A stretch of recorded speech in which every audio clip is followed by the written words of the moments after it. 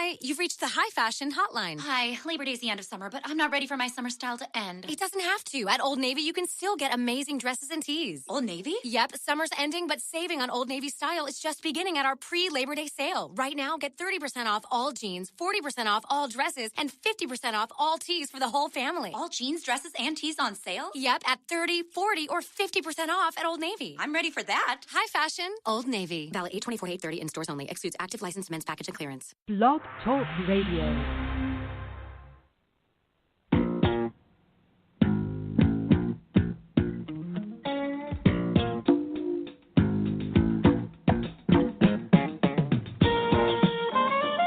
Welcome to On Trial,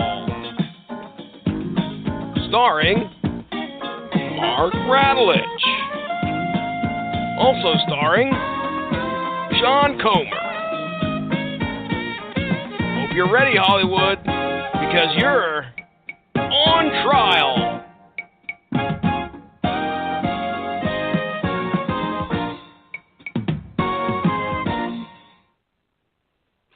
All rise. Court is now in session. The Honorable Judge Fudge presiding. I am your host, the mandated reporter, and frankly, I'm mortified, Mr. Mark Radulich, and I'll be playing the part of prosecution tonight as we put the 2003 20th Century Fox Marvel Jam Daredevil on trial. Joining me tonight is my co-host, Mr. Sean Comer. How do you do, sir? Franklin P. Nelson for the defense, Your Honor. That's what I like to hear. How's it going tonight? I like beer. I like coffee. I like them even better when I have them both right side by side. And I can just alternate one after the other. I allow myself one beer per night, and that's why I keep my fridge stocked with about 10 or 12 bottles of Guinness at a time. One of my favorite Ailstorm songs has the line, "We are here to drink your beer," and I say it frequently. In fact, I've gotten my son to say it, that we are here to drink your beer. It's pretty amusing. Motherfucker drink my beer without asking. They only do it once. Motherfucker take my beer, get shot. All right. This is your 60-minute courtroom drama here, folks. As I said, we're going to be looking at, this week we looked at a Daredevil comic. We looked at the Defender series, which starred the new Daredevil, Charlie Cox, who has had 2 seasons of his own on Marvel, on Netflix. So tonight we are ending the trifecta with Ben Affleck's Daredevil, the precursor, the audition, if you will, to him playing the Batman in Batman v Superman. And who knows at this point if he's going to continue to play the Batman in any of these Warner Brothers films going forward. It's a mixed-up mix. But let's go ahead and get started. You know the drill. We go to Sean for some notes, and then I do a brief plot synopsis. And then the prosecution does their thing, the defense has their say, and then the prosecution has the final word. We have some conclusive words, and then we are out of here like last year. So, Sean, let's hear some notes from you on 2003's Daredevil. Thank you very much, Your Metalness. You know, I kind of like what we did last week, wherein instead of giving you a rundown of some useless IMDb notes, I kind of pick a topic that's relevant to what we're going to discuss and decide to expound briefly upon that. And when it comes to Daredevil, this week I want to elaborate a little bit on the topic of the alternate or unrated director's cut, whatever you want to call it. Basically, we're talking about any instance in which a movie hits theaters, then hits DVD or Blu-ray, and is swiftly accompanied by a cut that was not seen by theatrical audiences. It can be for any number of reasons. Sometimes it carries the same rating, but just happens to have some previously edited out footage interspersed back into it. Sometimes it's a cut that changes the rating of a movie entirely, as was the case famously with 2003's 20th Century Fox debacle, Daredevil.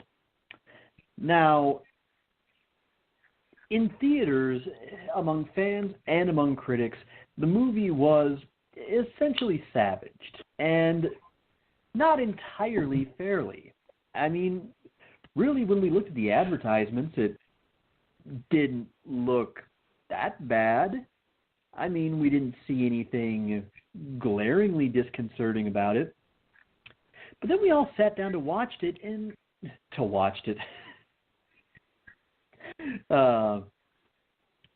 We all sat down to watch it, and a funny thing happened. It seemed like it wasn't exactly the movie that somebody or other intended.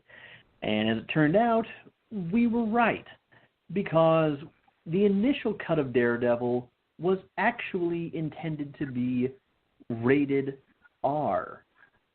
That's right. This take on some of the darker periods of Daredevil's comic run was actually meant to be every bit as bloody, grim, gritty, and unflinching as the best example would be Frank Miller's run on the book was. But instead, what we got seemed like it was trying to pull back from that, but in doing so, it ended up coming off as a half measure. In addition to performances by Ben Affleck and Jennifer Garner that were ultimately widely panned, despite scene-stealing Colin Farrell and the surprisingly strong Michael Clarke Duncan, something just didn't quite feel right. It felt like a half measure. And as we found out when Daredevil hit DVD, well, turns out the initial intention was for the movie to be rated R. In fact, there was an entire subplot that was entirely dropped from it that involved an accused murderer played by Coolio. In addition, the R-rated cut was seen more as probably the vision that director Mark Steven Johnson probably intended for it. That isn't to say that we're exactly talking about the first Iron Man movie, the first Avengers. We're not even really talking about either of the two Thor movies or the Incredible Hulk. Yet, what we got in either case still wasn't quite as bad as Ghost Rider or the Fantastic Four. This is what happens sometimes. A studio ends up ultimately getting involved and kind of imposing their agenda on a director, and results occasionally vary. Sometimes, as was the case when Richard Donner was bumped off of working on Superman 2, we end up getting a replacement director who still does at least a competent job of actually finishing out the movie and giving us something watchable. As has been the case with other movies, such as the rather impassioned rant that I delivered once upon a time about Paranormal Activity 3, the director's cut actually ultimately ends up wondering why they released what they did into theaters in the first place, because what they left on the cutting room floor was either clearly superior or something that actually helped make the movie make a lick or two more of goddamn sense. It's unfortunate when it happens, but it's always interesting to go back and at least give some of these unrated or director's cuts a look, because while sometimes it just involves an inconsequential scene here or there, in others, what we see on DVD is more like the unrated cut of Dawn of the Dead or the director's cut of Donnie Darko. We end up getting something that entirely changes our perception of a movie, sometimes making a good one great, or sometimes making a confusing as fuck movie, hi Donnie, make maybe just a lick or two more sense. Sorry, that was a bit of a ramble.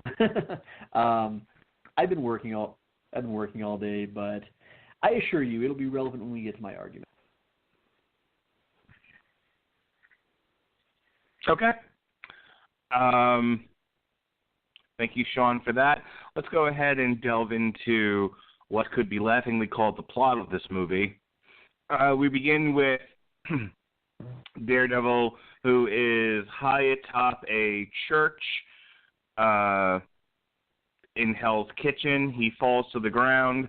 We get a bit of narration, and we then flash back to Matt Murdock as a child. We get some history on him and his father. We get the father being killed ostensibly by the Kingpin when he refuses to throw a fight. We get Matt Murdock being blinded and then discovering that in his blindness he has new powers related to like sonar, essentially, where his senses are heightened. From there, we move to a courtroom sequence where a business associate of the Kingpin is able to walk after essentially sexually assaulting a woman, which then leads to a sequence where Daredevil enters a bar where this particular person is at and fights everyone in the bar for some strange reason, chases him into a subway and essentially commits manslaughter as he kicks him off the platform and the guy breaks his back and then is run over by a train. Here is where we meet Ben Urich. We get the Daredevil logo in flames. We then move to Matt Murdock and Foggy, played by Jon Favreau, sitting in a coffee shop, and in walks Elektra, which is then followed by a scene where, I'm not going to editorialize, there'll be enough of this when I do my prosecution, but in walks Elektra. Matt becomes smitten with her. He follows her to the outside. She doesn't like to be touched. They kung fu fight. And it turns out after kung fu fighting one another, they happen to like one another. Somewhere along the line, the Kingpin hires Bullseye to kill Elektra's father, which he does, but he does it with one of Daredevil's nunchucks. And so Elektra thinks Daredevil did it. This leads later on to a sequence where Elektra, in her Elektra costume, such as it is, fights Daredevil on top of a building. She unmasks him. She realizes that it's Matt, whom they've slept together at this point, and they've danced together, and there's love between the two. Anyway, she unmasks him, realizes that it's Matt, and then realizes all along that this is after she's run him through the shoulder, by the way. I should point out. So after she's done stabbed him in the shoulder, she unmasks him. She realizes that it's Matt, and Matt's been telling her the truth all along, that it's not him who killed her father, it's Bullseye. She goes to fight Bullseye. Bullseye runs her through. There's a final confrontation between Daredevil and Bullseye is eventually taken out and arrested by the police. Daredevil then goes after the Kingpin. They have a fight. Matt breaks his knees. Daredevil breaks his knees, but decides not to kill him because he's the good guy. Mind you, he's killed people in this movie, but, he's the good guy, so he doesn't. That's literally what he says. I'm not the bad guy. Okie dokie. So the Kingpin is arrested. Urich figures out that Matt Murdock is Daredevil, but decides not to reveal his true identity, and Matt Murdock continues to be Daredevil. After midway through the movie, sort of questioning whether or not he should be bothered with the whole thing. So that's the movie in a nutshell. If you can find the plot, raise your hand. Woof. Let us begin our prosecution with that very notion. This movie has no plot. It tries, but you essentially get a series of strung-together sequences, and we're a good 35 minutes into the movie before anything resembling a plot even begins to happen. Essentially, this movie is about Matt Murdock falling in love with Elektra, and for some reason, the Kingpin wanting to kill her dad. That's essentially it. It is the biggest problem I have with Daredevil, other than some of the acting, is that while they capture brooding very well, and in terms of it being a character piece about Matt's struggle, and Matt's Catholic guilt and all of that, it's just a series of strung-together sequences. Some are stronger than others. All of the stuff with Bullseye is hilarious. Colin Farrell steals every scene that he's in as Bullseye and is downright comedic in his performance. Meanwhile, Ben Affleck's portrayal of Matt Murdock and subsequently Daredevil oscillates between somewhat brooding and interesting, sometimes flip as Matt Murdock, but ultimately just kind of boring and bland. I don't think he acts badly as so much as he acts uninterestingly. And Jennifer Garner couldn't act her way out of a paper bag in this movie. Michael Clarke Duncan is ultimately wasted as the Kingpin because he doesn't do anything. And so, as I said, the biggest problem with Daredevil is that if you're trying to do a character piece, it misses because the characters aren't all that interesting. I mean, you can't have a movie where about halfway through it you introduce a video game boss who's kind of funny at times. That's not enough. There isn't enough going on with Matt Murdock to make this as a character piece an interesting movie, because he's kind of flat. And all of the Jennifer Garner Elektra stuff sucks. Her performance sucks. Her portrayal of Elektra sucks. Her line delivery is high school play level bad. It's so bad. To the point where, and so much of the movie is spent on her and Ben Affleck, to the point where their scenes aren't believable. So as a viewer, you're watching this thing, and it's a lot of, and really after the flashback sequence, it's a lot of boring sequences of actors not clicking. And the only thing that you have left then are the fight sequences. I'd also like to take issue with costuming. This is not necessarily something I attack on a regular basis. It's not something I care a whole lot about. And oftentimes in many movies, it's not really a problem. But after watching the movie twice now within a month and reading some of the reviews of the movie to sort of give myself an idea of what I wanted to talk about tonight, let's compare, and maybe this isn't fair, but let's compare 2003's Daredevil to the Marvel Netflix series Daredevil starring Charlie Cox. So here we have a Matt Murdock who has decided that the cops are not to be trusted, they are corrupted, the system is corrupted, and when the system fails, there needs to be another element out there to even the scales of justice. So he takes to the night, and he fights those that need to be fought. But he's doing so in a bandana over his eyes, because he's the blind ninja, you see, and tights.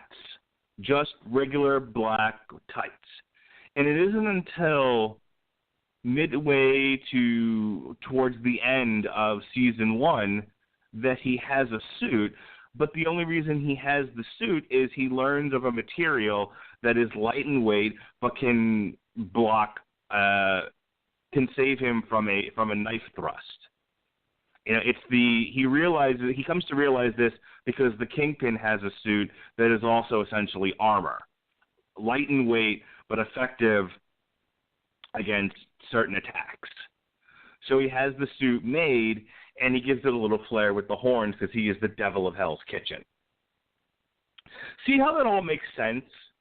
See how he doesn't necessarily call himself Daredevil. It's a nickname he kind of earns as he does his deeds throughout Hell's Kitchen.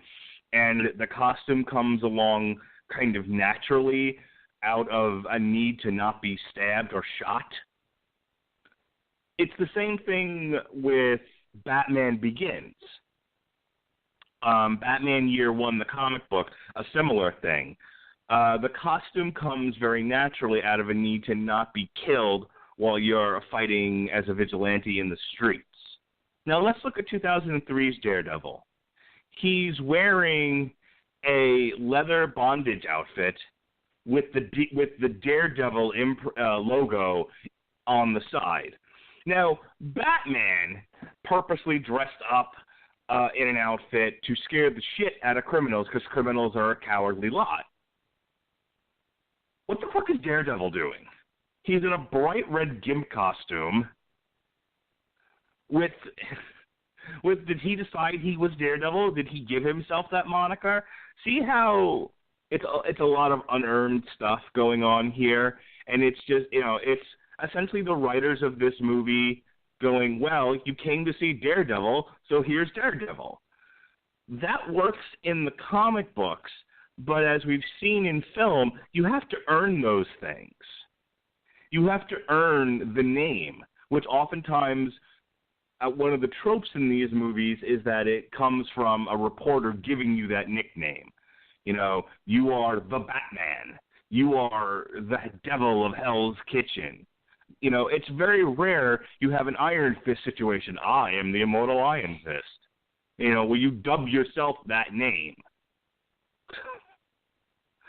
So I have a real problem with Ben Affleck's costume in this, that it's completely unearned and looks ridiculous.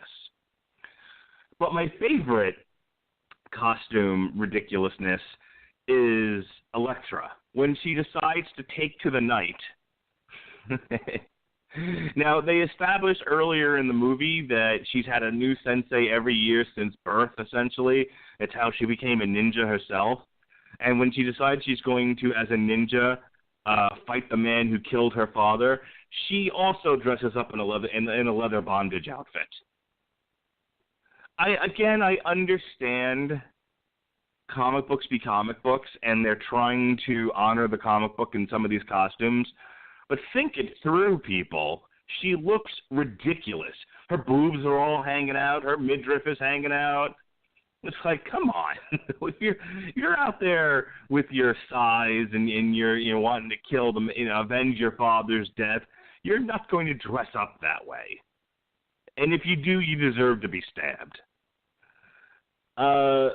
Speaking of stabbed, my last and final point, the overall problem with Daredevil is the plot issue. The secondary part is the terrible acting on some of the players' parts. The third is the costuming. It looks silly and it's not earned. Those are the three legs of the table that make Daredevil a shitty movie. What I want to talk about next is somewhat of a nitpick, but it bears talking about.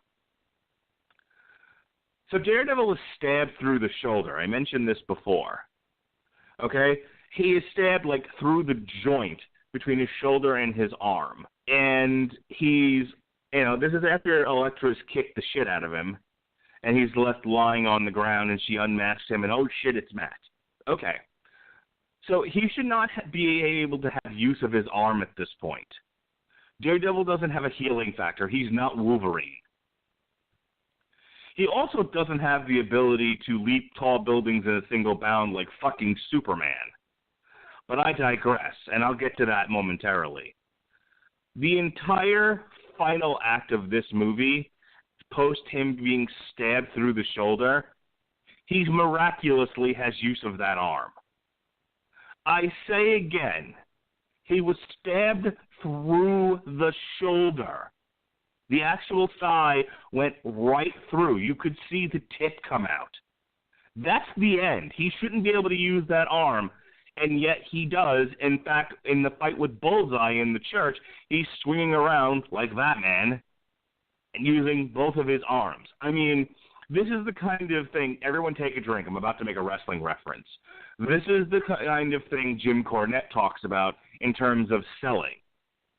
If you don't sell the injury and make it look like a real fight's happening, no one's going to buy into it, and essentially you're just doing an acrobatic act. And he does do acrobatic acts. He's flipping around that church like nobody's business, and he's doing so with no hint that his fucking arm hurts. It's the silliest thing I've ever seen. Does bring me to a gripe I have with a lot of the action sequences.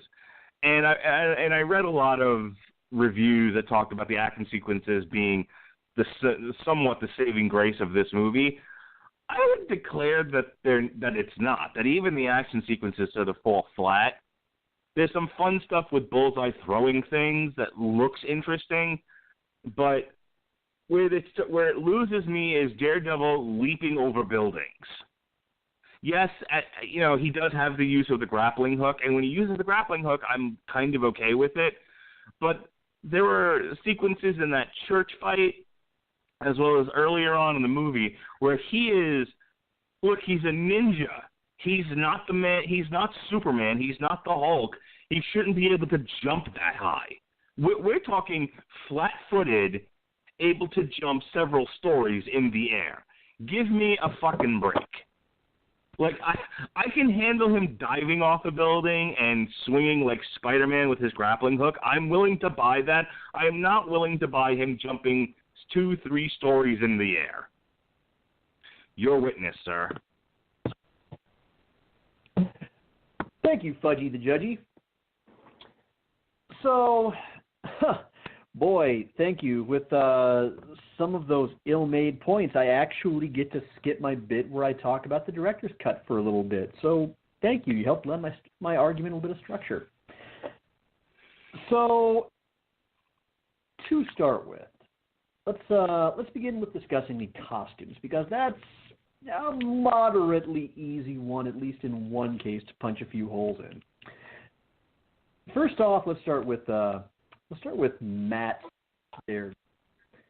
You raised issue with him having not earned the costume. Well, it's funny. In Tim Burton's Batman, I don't seem to remember you complaining that he hadn't earned the armor yet. That was a decidedly more elaborate costume than he was traipsing about Gotham in Batman Year One. I mean, in Year One, that was even more of a makeshift set of duds. I mean, come on. But as far as it looking ridiculous, now, this is possibly just my headcanon, but go with it here. I understand the look a little bit, actually. I mean, it's not the same thing as in the Netflix TV series in which Matt finds out about this super lightweight, flexible material that'll protect him from most weapon attacks. That's not it. What I think it is I think that they went with the full body leather for a couple of reasons. Number one, you have a color that's going to blend in relatively well at night, which I seem to recall, I think, and I could be wrong here, and I'm really hoping against hope that Ben Cologne or Jesse Starcher or even Cole Marentat's going to be listening to call me out on this. I think that's one of the reasons why in the comics he went from his original yellow and black suit to a red one, was partially because it stuck out less after dark. But the other reason is, as we see on a number of occasions, Matt must still be relatively new to this, because he's still getting his ass handed to him on a fairly regular basis in some of these fights. I mean, well, I should say, if not utterly getting his ass handed to him, he's at least taken a few good licks along the way. He's not exactly untouchable. And he sometimes has to take some nasty tumbles, evidently through windows. You can imagine the possibility of him having to take a nasty roll when he's scaling rooftops or coming down off of a building. And folks, I don't know out there if you've ever seen what a nasty case of road rash looks like after a motorcycle accident. It ain't nothing to fuck with. So and no, we don't exactly get a sequence wherein Matt goes and fully makes his costume for exactly that reason. You know, it's not like how we got a little bit of a montage that showed how Peter Parker kind of evolved the spider suit to kind of keep weeding out the flaws of it when he first started Spider-Manning. Point, you know, that's the reason why motorcyclists wear leather. It's not just for the looks. It's because if you go down, good sturdy leather, if you buy the right kind, will not only not feel constricting while you're riding. Because I used to work out at Wilson's Leather, and I would see guys that would come in, say they were looking for a jacket to wear on their bike. One of the first things they would do is they'd put it on, zip it all the way up, and then, you know, put their arms up about where their handlebars would be, because they wanted to make sure that it was gonna feel snug, but not so tight that it was going to be restrictive. So if I had to hazard a guess, I would say that's probably why they went with the full body leather. Was not necessarily probably because Matt Murdock was thinking, oh shit, this looks cool. He's thinking, I'm going to fuck up my absolute everything if I go out there in a black sweatsuit and I have to go rolling around on a roof. So that part makes sense. Now, as far as Elektra goes,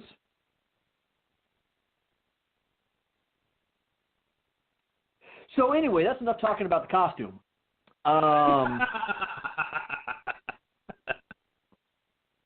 What an admission of guilt if I've ever heard one. I ain't gonna try to justify that stupid shit. I mean, I'm not going to hand this case to you and just outright concede it. But the closest I'm going to come is the notion that I think Elektra theoretically was going for the same thing Daredevil was, but just executing it painfully badly. And we're talking about Jennifer Garner here. We're talking about somebody who made her name on an action-oriented hour-long TV drama. I gotta wonder if at some point she had to have asked them. So wait, hang on a second. You got me running around doing what? And you think Elektra would be wearing this? I look like I should be talking Daredevil into a 2-for-1 lap dance.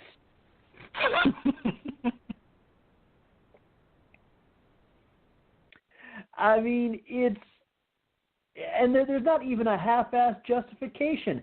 Fuck, in Metal Gear Solid 5, when people were asking, why the hell is Quiet's everything falling out of her outfit? At least we got the bullshit justification of, she has an unusual condition in which she has to breathe through her skin. We didn't even get that. You could have tried to tell me. Elektra's respiratory system actually works through her six-pack. At least you would have tried. At least you would have tried something.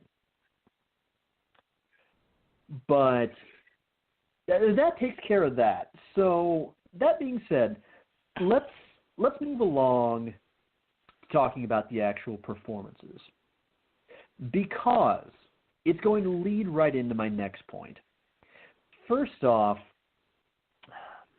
I've really come to grips over the years with the notion that Ben Affleck has been unfairly maligned for this movie. And it's not just for the fact that he's proven since then that he's capable of much better, because he had proven that before he made this movie. He proved that in Chasing Amy and Good Will Hunting.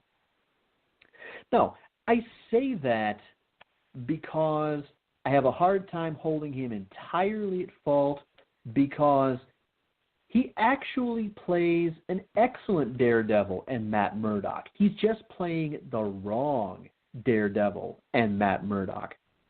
You see, much of this movie was based on a period in the comics when Daredevil, after years of fighting the good fight in Hell's Kitchen, was just psychologically broken by a number of factors. And that was when he went to that truly dark, violent, barely gives any manner of a fuck place, where we kind of find him just when he's starting out in this movie. But here we have the same problem that was created by trying to shoehorn some semblance of the comic Death of Superman plot into Batman v Superman. And that's the idea that you're trying to tell, in some way, this story with this side of this character that was really well built up. And at this point, you're talking about just dropping us right into it without giving us any notion of certain things having happened to this man already. In this movie, they haven't happened yet. And yet he's in the same place he was in that story. And that's why it just doesn't work. Is because in the comics, you have this idea that Matt has been broken down and beaten and made kind of a dark shadow of himself by the fact that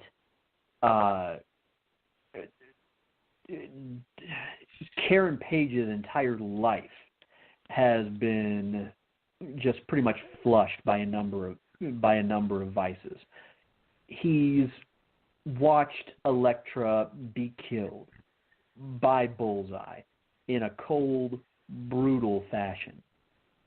He has pretty much, just in general, just about the worst goddamn love life in the entire Marvel universe, with the possible exception of maybe Peter Parker. He has categorically the worst kept secret identity in the Marvel universe. But in this movie, we don't get any of that build-up because it's a movie. You can't tell that story that quickly. We're just dropped right in to broody, angry, violent, fairly dark Daredevil. And it lacks the impact. It really does. Now, as far as Jennifer Garner as Elektra,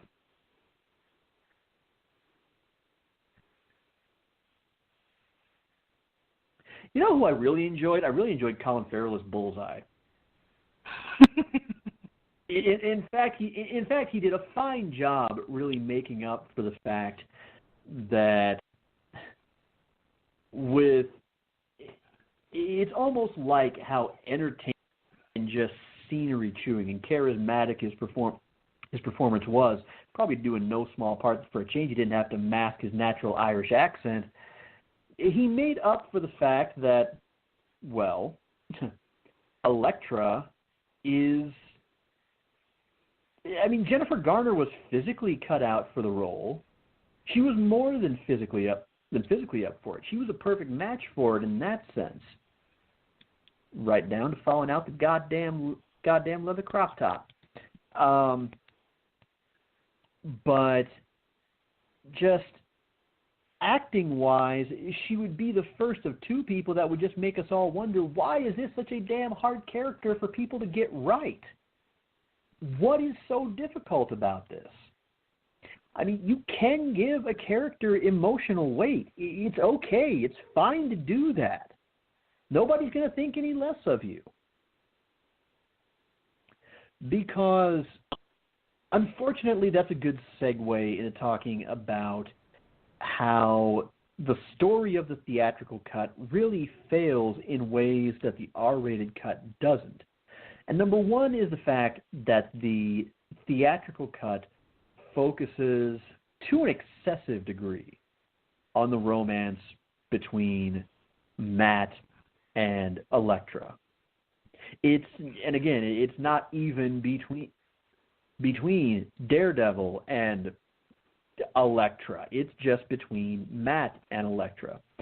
And the problem you have there is you just have no chemistry whatsoever between these two, and yet miraculously they later ended up married.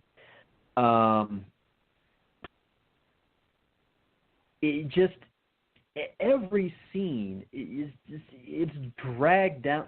It's dragged down by that, and they keep coming back to it and coming back to it and coming back to it, and making that a major thread of the story. Whereas in the R-rated cut, and I apologize because I misspoke earlier, Coolio was not an accused murderer. He was an accused drug addict. You had that to come back to better flesh out the character of Matt and give a little more time to really invest in him. And it was offset by what was the more brutal, violent tone, which the studio tried to pull back from, and it ultimately ended up being a case wherein the studio half-assed what was otherwise really the right direction to go in, as Netflix demonstrated. For all we know, I mean, the R-rated cut of this movie might as well be seen as a decent rough draft for the Netflix series. And I do mean that. I do mean rough draft. Again, we're not talking about something that if you go and watch the R-rated cut, you're going to come back and say, holy shit, forget Spider-Man 2, forget X2, forget Iron Man Avengers, all American movies, all of it. That is the best Marvel movie ever made. It's not that good. It still has its problems. It at least feels more like the Daredevil that you get the sense that they were going for. You have something more balanced, and that's a little bit more personal. It's more focused just on Matt and his night gig as Daredevil, and it's not so much of trying to tell a really forced love story. Now, just to clarify, you mentioned not having any idea why Kingpin was after Elektra's father. No, there's actually a plot point to that. Early in the movie, there's a scene in which we're gifted the exposition that in some vaguely explained way, Elektra's father has helped Kingpin to organize and keep his criminal empire under the radar and give it the facade of legitimacy. He comes forward, I imagine, after some kind of bout of conscience, and says, "I'm out. Buy me out. I don't want anything to do with this anymore. Just let me go." Well, Kingpin then targets him because it's the idea of tying up loose ends. He doesn't want the offhand chance that once he's free and clear, his conscience is going to get even louder, and he's going to go say some things that he shouldn't be saying.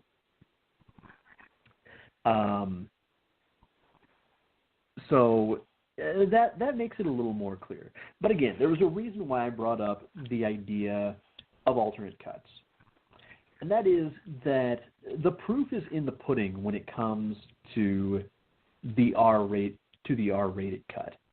And you could even say that, yes, there is a good Daredevil movie out there, and it was this movie. It just wasn't the version that you paid $5, $6, $7, $10, whatever, to see in theaters. And the fact is, the critics who watched this one, while they agreed that it still had its flaws, some people still thought that Duncan was still a little too over the top as Kingpin. I disagree. I actually thought he was outstanding for what was expected of him. But they felt that it was a more authentic interpretation of Frank Miller's Daredevil run, which was what inspired this take on it in the first place. It's still focused on, Matt grappling with his Catholic guilt. And to be perfectly honest, if this had been released in theaters, I don't think we would have been sitting around today saying, Logan and Deadpool were the movies that really proved that an R-rated superhero movie could do well at the box office. No, because the studio stepped in when they shouldn't have. They wanted to play it too safe, and actually just occurred to me it was the same fucking studio. So unfortunately, I have to think that by cocking up movies like this and Ghost Rider, Fox learned a lesson the next time they would try to make an R-rated movie. So in a way, this movie actually justifies its existence by paving the way and showing what not to do for better movies that came along down the road.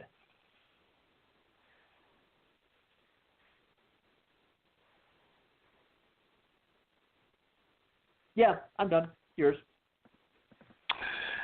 Once again, the defense would like to distract you with a lot of nonsense and things that don't actually apply to the subject at hand. I do enjoy it. It justifies its existence. Terrific. Sean Comer is defending Daredevil 2003 by talking at length and very nicely and very intelligently and very eloquently about Daredevil the Director's Cut, the movie that isn't fucking on trial. No one's putting Daredevil the Director's Cut on trial. We are talking Daredevil, the theatrical cut from 2003. And Sean's only argument against mine, he had two. One was valid. One was I still have a problem with. Okay, I missed the detail about Elektra's father. Fucking sue me. But I'm sorry.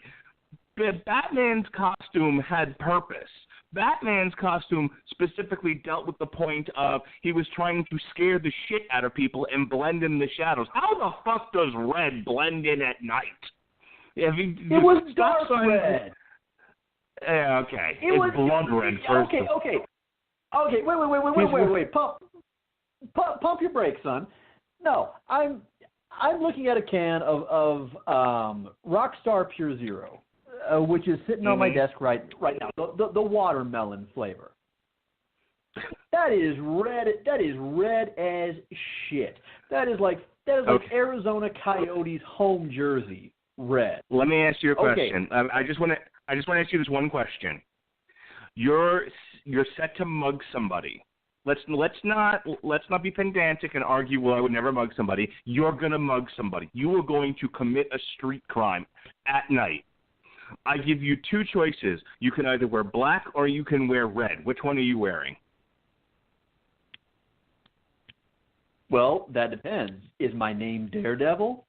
Does my name have the word devil in it? Because if so, I'm going to pick a shade of red.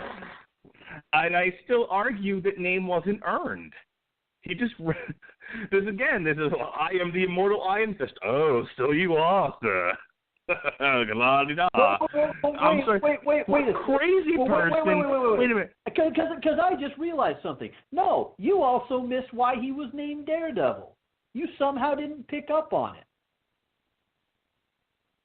And actually, it's not that far off of something that was even pointed out in the TV series. It's the fact that that was one of his father's nicknames. You're right. No, you're right. That is a detail that. You're right. He fought like the devil, and therefore. But okay, yeah, right. Just hear me out on this point. Hear me out on this point. It does take a certain level of ego and theatricalness to decide you're going to give yourself. What movie makes a really fun point of this? Guardians of the Galaxy. Okay? Guardians of the Galaxy goes out of its way to point out the fact that when you give yourself a theatrical nickname, either you need to earn it or you sound silly. It's not weird to give yourself it's not weird to give yourself a code name. That's my point. When it's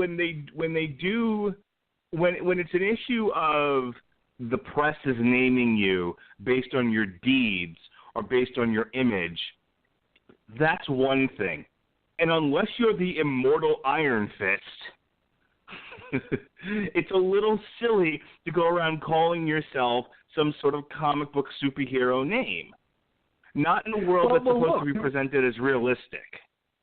Well, look, throughout the early parts of the movie, I don't think, and I could be wrong here, I don't think he actually goes about referring to himself as Daredevil. I think most of the time when other people are referring to him, he's just referred to as the Devil of Hell's Kitchen.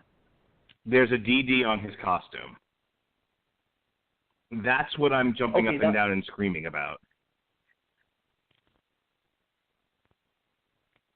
And I gotta think that, and this I will concede a little bit was badly explained, but they took a liberty with his backstory that they really shouldn't have. And go ahead, fire back with your foaming at the mouth, books is for burn and rant if you want to. But in the comics, it made sense because I seem to recall, I believe that one of the reasons why he went with that was kind of because once upon a time he was actually kind of known around his neighborhood as a kid for quite the opposite. For being back then being basically cowardly, and he didn't sort of muster and harness his bravery until he lost his sight and his other senses became tuned up.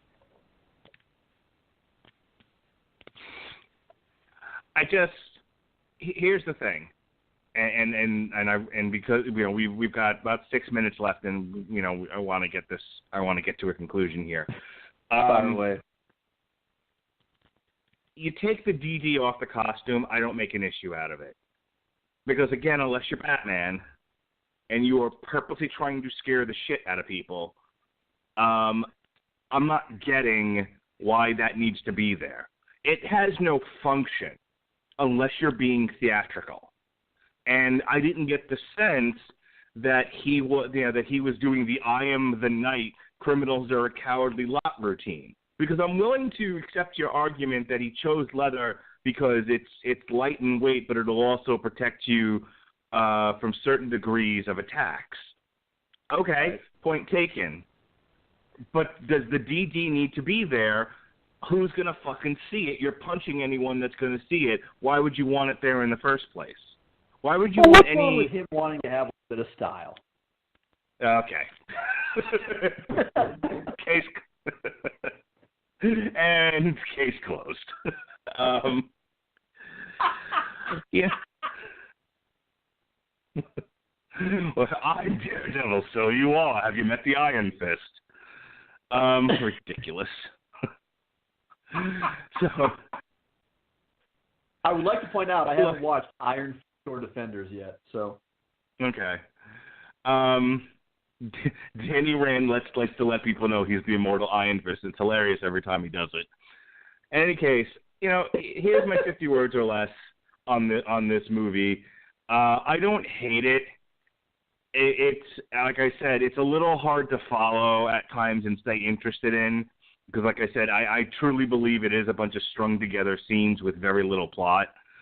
But the stuff with Bullseye is so fun, and when they finally get to it, it really does elevate the movie. Colin Farrell is hilarious, and his portrayal of Bullseye is outstanding. I agree, and I don't think Ben Affleck's as bad as all that. I mean, I don't believe he's like Halle Berry levels of Catwoman bad. There's a grimness that Michael Keaton was able to capture and still be interesting and dynamic on screen that Ben Affleck just swings and misses. And since so much of the movie is also featuring Jennifer Garner, who sucks, it just takes the movie down. But is the movie, I put on Facebook today that I was watching it in preparation for tonight, and, I had two people respond. But one person wanted to gouge their eyes out. The other person's like, oh, it's so bad. The movie isn't, I think, as bad as people say it is. It's got problems. I've illustrated many of them tonight, but we're not talking Ghost Rider bad, which, wait till we get to that. Or my other one, my other favorite, Ghost Rider 2, otherwise known as Ghost Rider on amphetamines. Yikes. I would argue that I think now it's far worse than Daredevil. Don't get me wrong here, and I'm not going to so far as to actually call it objectively good, but I never exactly share the full-on hatred for the first Ghost Rider. I just think Nicolas Cage is so over the top that it takes you out of the movie. Like, again, I don't think, is anyone directing him? We could spend the next half hour on this, and then we'll just have to add it to the 2018 schedule to talk about it and give it its due. But, there's a reason why there's directors on set, and you're not just letting actors go crazy and do whatever they want. And Ghost Rider is a really good example of why you need a director. That being said, I believe that is all that needs to be said about Daredevil, unless you have a 50 words or less you'd like to add or any burning desires. Oh, I do have something that I would like to add.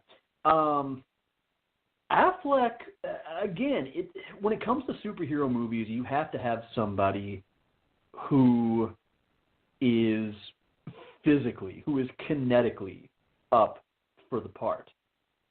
And, Affleck was definitely up for that bit. I think he was a good match for that. And I got to give him credit where it's due.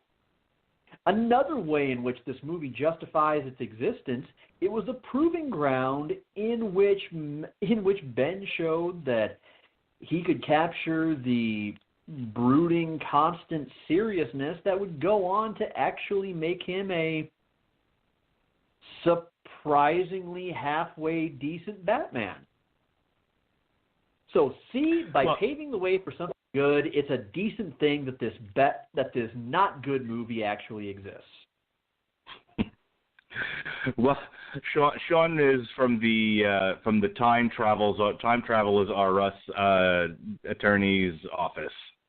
Like, you see, retroactively looking at this movie, you have in the future something very, very good. I love that argument.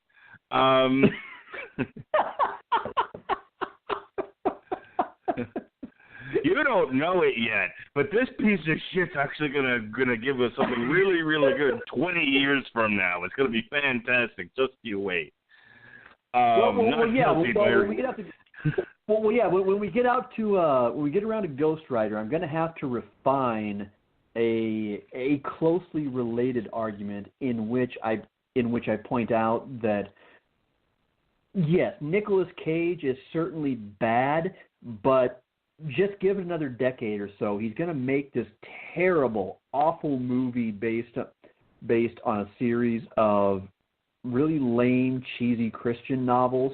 It's somehow going to be even worse. It's going to make this look like The Deer Hunter. Just watch. Okay. All right. So with that said, our next on trial will be, sometime in September. Our next on trial is actually going to be in a couple of weeks. It'll be September 14th. We'll be looking at the original It. It'll be the same week that we'll be reviewing the new It on Damn You Hollywood. And then 2 weeks after that, Sean's going to have the really easy lifting, just have his job handed to him as we review and put place on trial Ballistic, X versus Severn. And he gets to prosecute that one. He just has to show up. I however, have the heavy lifting.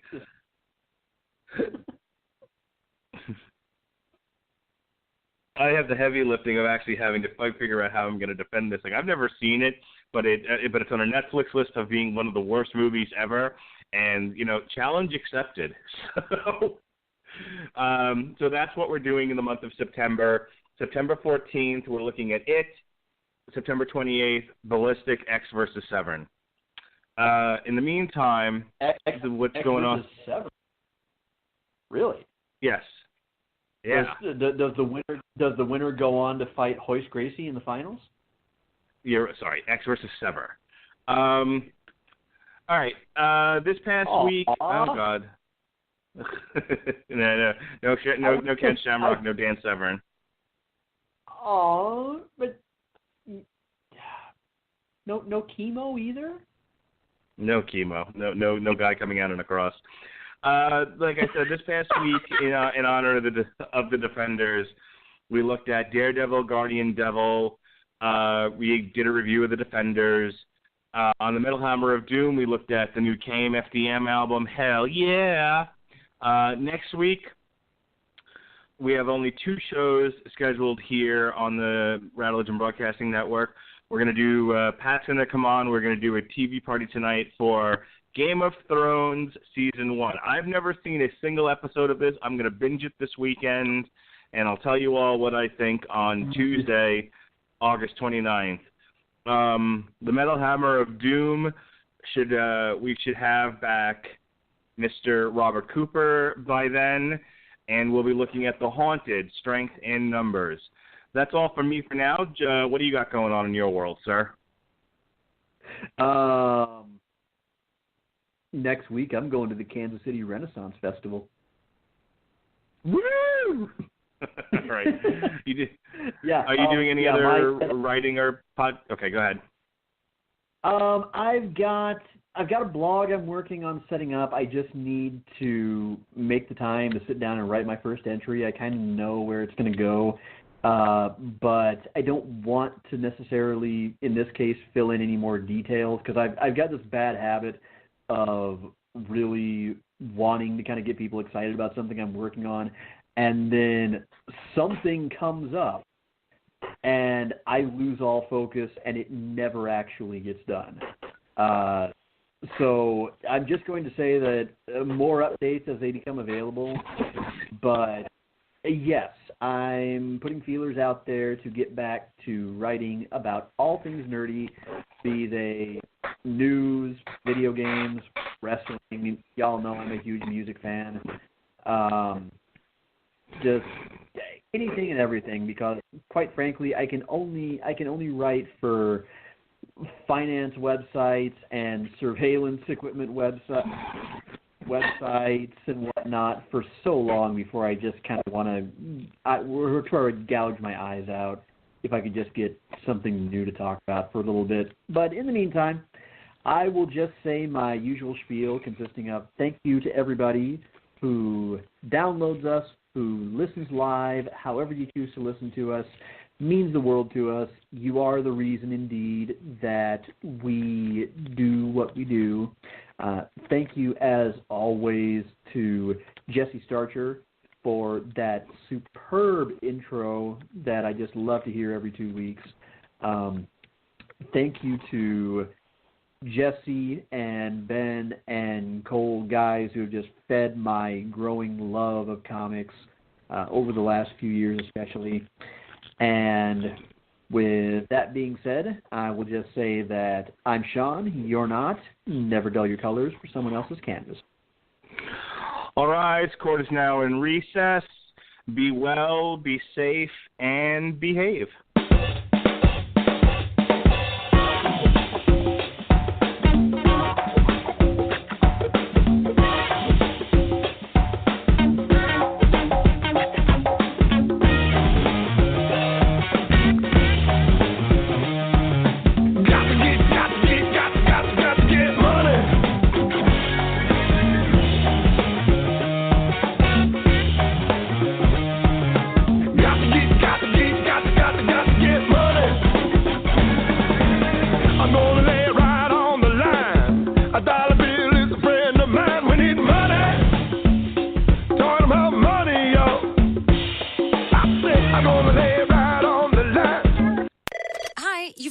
Fashion hotline. Hi, Labor Day's the end of summer, but I'm not ready for my summer style to end. It doesn't have to. At Old Navy, you can still get amazing dresses and tees. Old Navy? Yep, summer's ending, but saving on Old Navy style is just beginning at our pre-Labor Day sale. Right now, get 30% off all jeans, 40% off all dresses, and 50% off all tees for the whole family. All jeans, dresses, and tees on sale? Yep, at 30, 40, or 50% off at Old Navy. I'm ready for that. High fashion, Old Navy. Valid 8/24/8/30 in stores only. Excludes active licensed men's package and clearance. Hi, you've reached the High Fashion hotline. Hi, Labor Day's the end of summer, but I'm not ready for my summer style to end. It doesn't have to. At Old Navy, you can still get amazing dresses and tees. Old Navy? Yep, summer's ending, but saving on Old Navy style is just beginning at our pre-Labor Day sale. Right now, get 30% off all jeans, 40% off all dresses, and 50% off all tees for the whole family. All jeans, dresses, and tees on sale? Yep, at 30, 40, or 50% off at Old Navy. I'm ready for that. High fashion, Old Navy. Valid 8/24/8/30 in stores only. Excludes active licensed men's package and clearance.